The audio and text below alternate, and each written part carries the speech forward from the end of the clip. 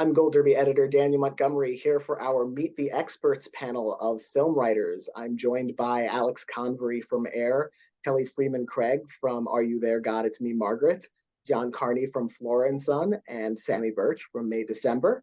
Now, the subject matter of your films varies quite a bit, to say the least. So first off, in general, what attracts you to a subject or a character or idea that makes you think as writers, no, that's a story I want to tell? Let's start with Alex. Character. Excuse me. It's always character. Like if the character is not there, it doesn't matter. Like no one goes to the movie to see plot. No one remembers plot from the movie. You remember character. So that's always the question for me. Who's the character? What's their journey? And why do we care about them, or what's interesting about them? And if that's not there, then I mean, in my mind, you don't have a movie. Kelly? Yeah, I think also for me, it's always sort of like feeling into a character and finding what it is they're scared about under everything. And then like as soon as I can find that pain, that thing that hurts, then I feel like I have a beat on them, and everything kind of grows out of that. John? I'm still trying to figure the whole thing out. I have no idea. I don't know what it is when I look at movies that I get so excited about. Is it character? Maybe. It's certainly not plot. I think it's acting. I think actually the thing that I get most, we have a thing in our house, myself and my wife, who's an actress, where we watch a movie, and if it's very good, like the screeners that come in the post, or like you're excitedly put on a new movie, and 15 minutes into it, I pause it and go and make tea and want to talk about how good it is. And she's like, can we watch the rest of it? And I'm like, but what if it gets bad? Which it can do films. But like right now, it is just so poised to be the most important thing in my life now. And often it goes downhill and you don't get that experience. Remember when we were watching films when you're educating yourself when you're 16? So you're watching the best movies in the world and they're all delivering incredible stuff. That doesn't happen so much nowadays. You don't put Some Like It Hot on now, or what, and go, oh my God. Often you get a great first 10 or 15 minutes and then it's like, yeah, I'm going to bed. So, but I think for me, it's probably a mix of character and story and then a killer performance. Samy? Yeah, I mean, I think certainly character is what keeps you attached to the story. I think, there is that intangible quality. I don't know. I feel like I read something, Patricia Highsmith said something like ideas are like, birds, like you have to intentionally grab one or they just kind of fly by you, something like that. I'm sure I'm butchering it, but something to that effect. And what's being writers can be especially writing for film can be a relatively solitary process a lot of times. Do you have an ideal environment or any rituals for getting into the creative mindset for writing, John? I'm good for about 3 hours a day, and it's usually in the morning, weirdly, which I don't understand. I drop my kid to school and I continue on the road down to a little cafe down the road from my house. And I open the laptop and I read 2 or 3 little articles, sometimes that are pertaining to the thing I'm writing, maybe, or loosely, whatever, David Brooks in the New York Times, or there's a couple of Irish Times journalists or Guardian folks that are synthesizing the world so I can digest the craziness with my first cup of coffee. And then I'll open the laptop and about 2 or 3 hours, it takes me to 11 o'clock. I'll go outside for the first of my 1 cigarette a day.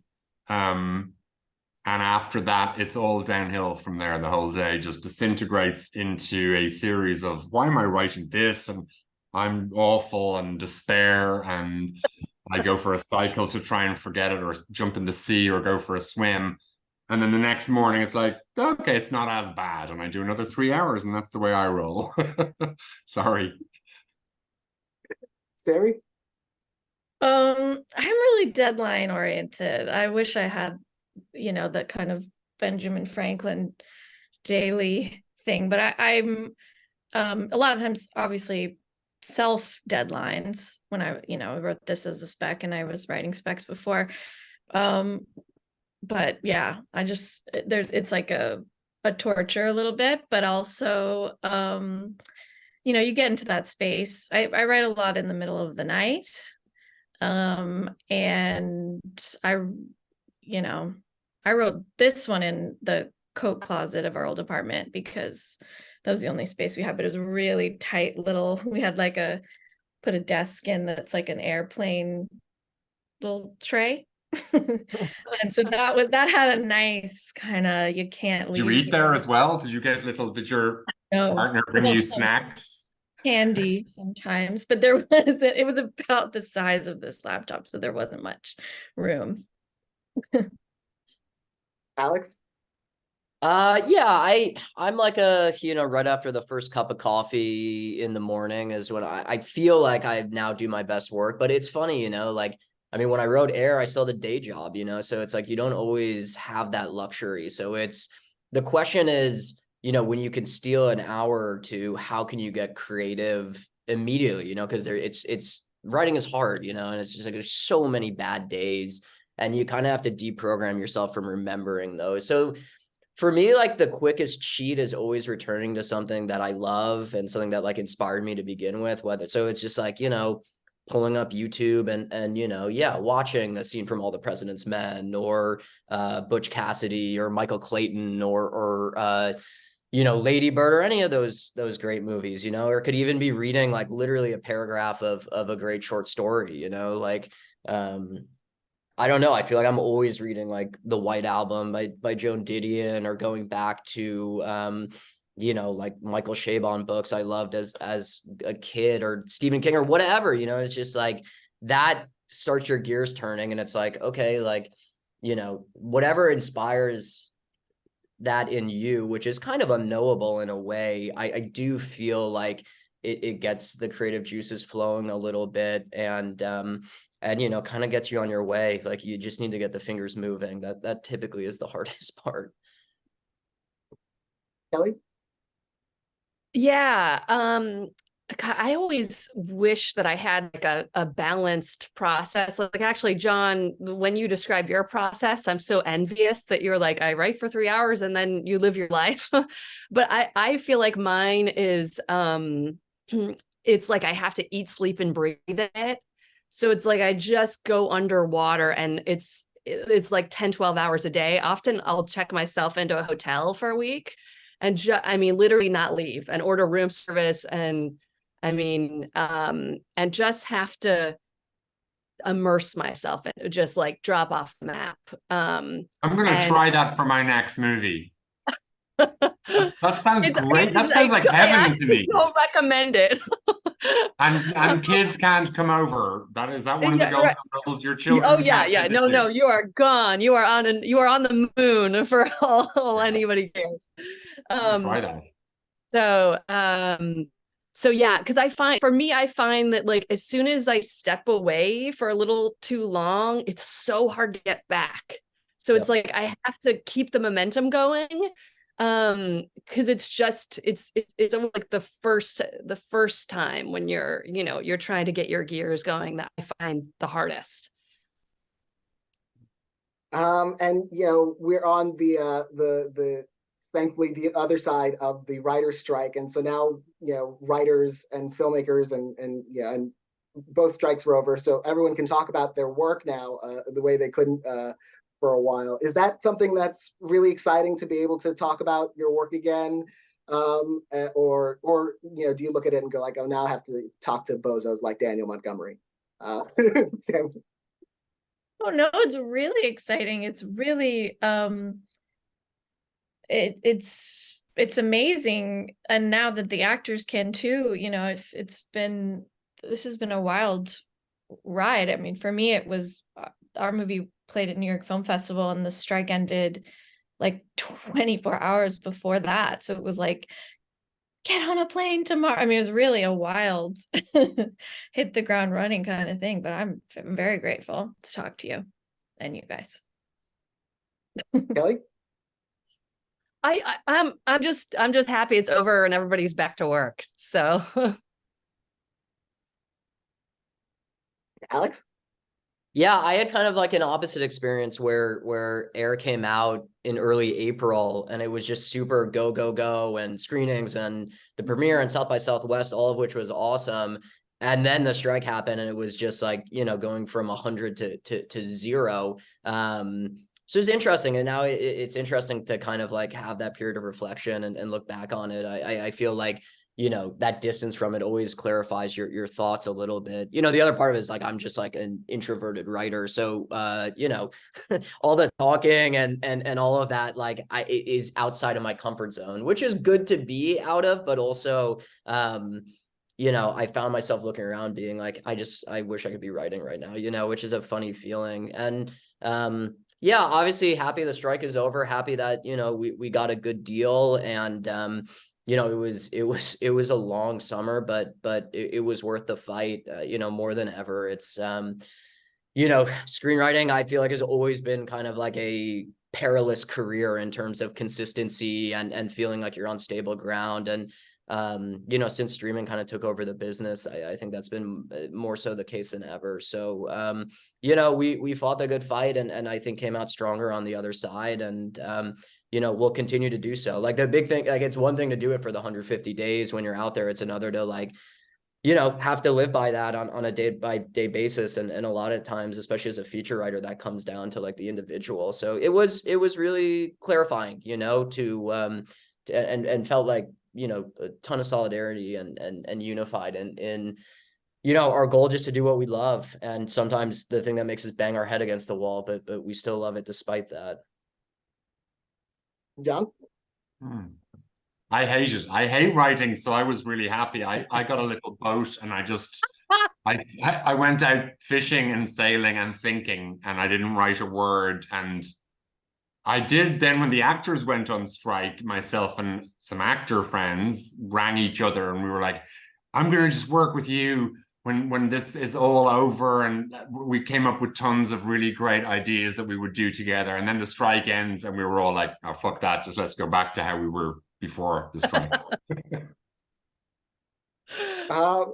Now, if you were, you know, to teach a course on writing, you know, is there any one film that you can think of from the past where, you know, you'd be sure to you know, that would be a great example of the form? Yeah, what do you think, Kelly? oh my gosh. It's hard to just pick one. I'm gonna go with Jim Brooks, who I work with. His film As Good as It Gets is one of my favorite films. I think just like the tonal high wire he's on. It's just I also like, I just love that tone that's funny sad. And I think nobody does it like him. And it in terms of tone, he's a masterclass. Don? I mean, I probably sound a bit pretentious if I went back to like the you know, like the golden period of Hollywood or something, or like Swedish movies or something like that. So I'll say in terms of like writing, Quiz Show is a movie that I come back to a lot in terms of like, I think movie writing is like, you know, a Richard Linklater movie of two people talking, character A, character B, and you put a bunch of them together and you've got a movie. And what I realized to do, not that Richard Linklater movies aren't terrific, and I'm speaking of the trilogy ones, but like it's not rocket science to get two people to talk to each other on screen. And that's the movie. And I've done that a couple of times. It's comforting and it's kind of easy. There's something so challenging about bringing there's so many lead characters in Quiz Show you know, it's cross-cutting between all these stories, but it's not arbitrary. They're all leading towards the one court case and the one moment. And it's so funny. And it's, if you watch the quiz show stuff on YouTube or read the actual testimony of the trials about the quiz show thing, they're incredibly boring. They're long-winded courtroom stuff in wide shots. None of the characters is particularly compelling, but the story is brilliant, obviously. And I think it was a New York Times story that the quiz show was based on. But however it was turned into drama, with so many characters and so much plot to get through and so much story to get through and so much tone, and it's a period movie and you've got this giant cast, it's like I look at that film and I'm like, it's a master class of form and character in terms of script writing, particularly. Samy? Really hard to pick one movie, but I guess I'm gonna say Badlands. I feel like there's such a simplicity. It's such a beautiful portrait. I mean, speaking of tone, it's so funny and so beautiful and so heartbreaking. And those voiceovers of Sissy Spacek's character, I think that's just, you know, one of the great examples of that. So I think that's what I would say. Alex? Yeah, those are all great ones. You know, in terms of writing specifically, I feel like the two screenplays that really changed how I looked at the form itself were Michael Clayton by Tony Gilroy and Lincoln by Tony Kushner. You know, you're taught in film school like at least I was, and I love film school, but you know, you're taught this very specific mode of screenwriting as you know, the screenplay is a blueprint for a finished film and only write what the camera can see.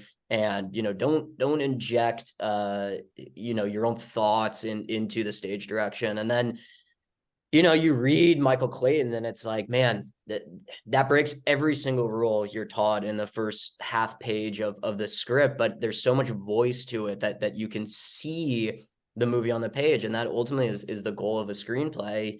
And same thing with Lincoln, you know, that's a really audacious project. I write about true stories a fair amount. So to like tackle a huge subject like that, and, you know, that could be a, you know, ongoing HBO maxi series. So like, how do you just turn that into, you know, 150-page document? The structure of that film is to me super instructive and enlightening in the fact that, you know, they pick the right story to tell and the characters go on a journey in that movie, even though you don't start when Lincoln was born and you don't end when he dies, you know, but you still feel like you get the fullness of the story. And obviously Tony Kushner, just a genius, and, you know, I could read his writing forever. So reading those two scripts really, you know, I right out of film school at like, you know, 21 or 22 or however old I was, that really changed things for me and taught me a lot of lessons of voice and tone and, you know, crafting character and structure. Well, I want to thank all of you for taking the time to talk with me about your work. It's been a pleasure. All your films are so fascinating and unique to each of you. So it's been a pleasure. Thank you. Thanks so much. Thank you so much.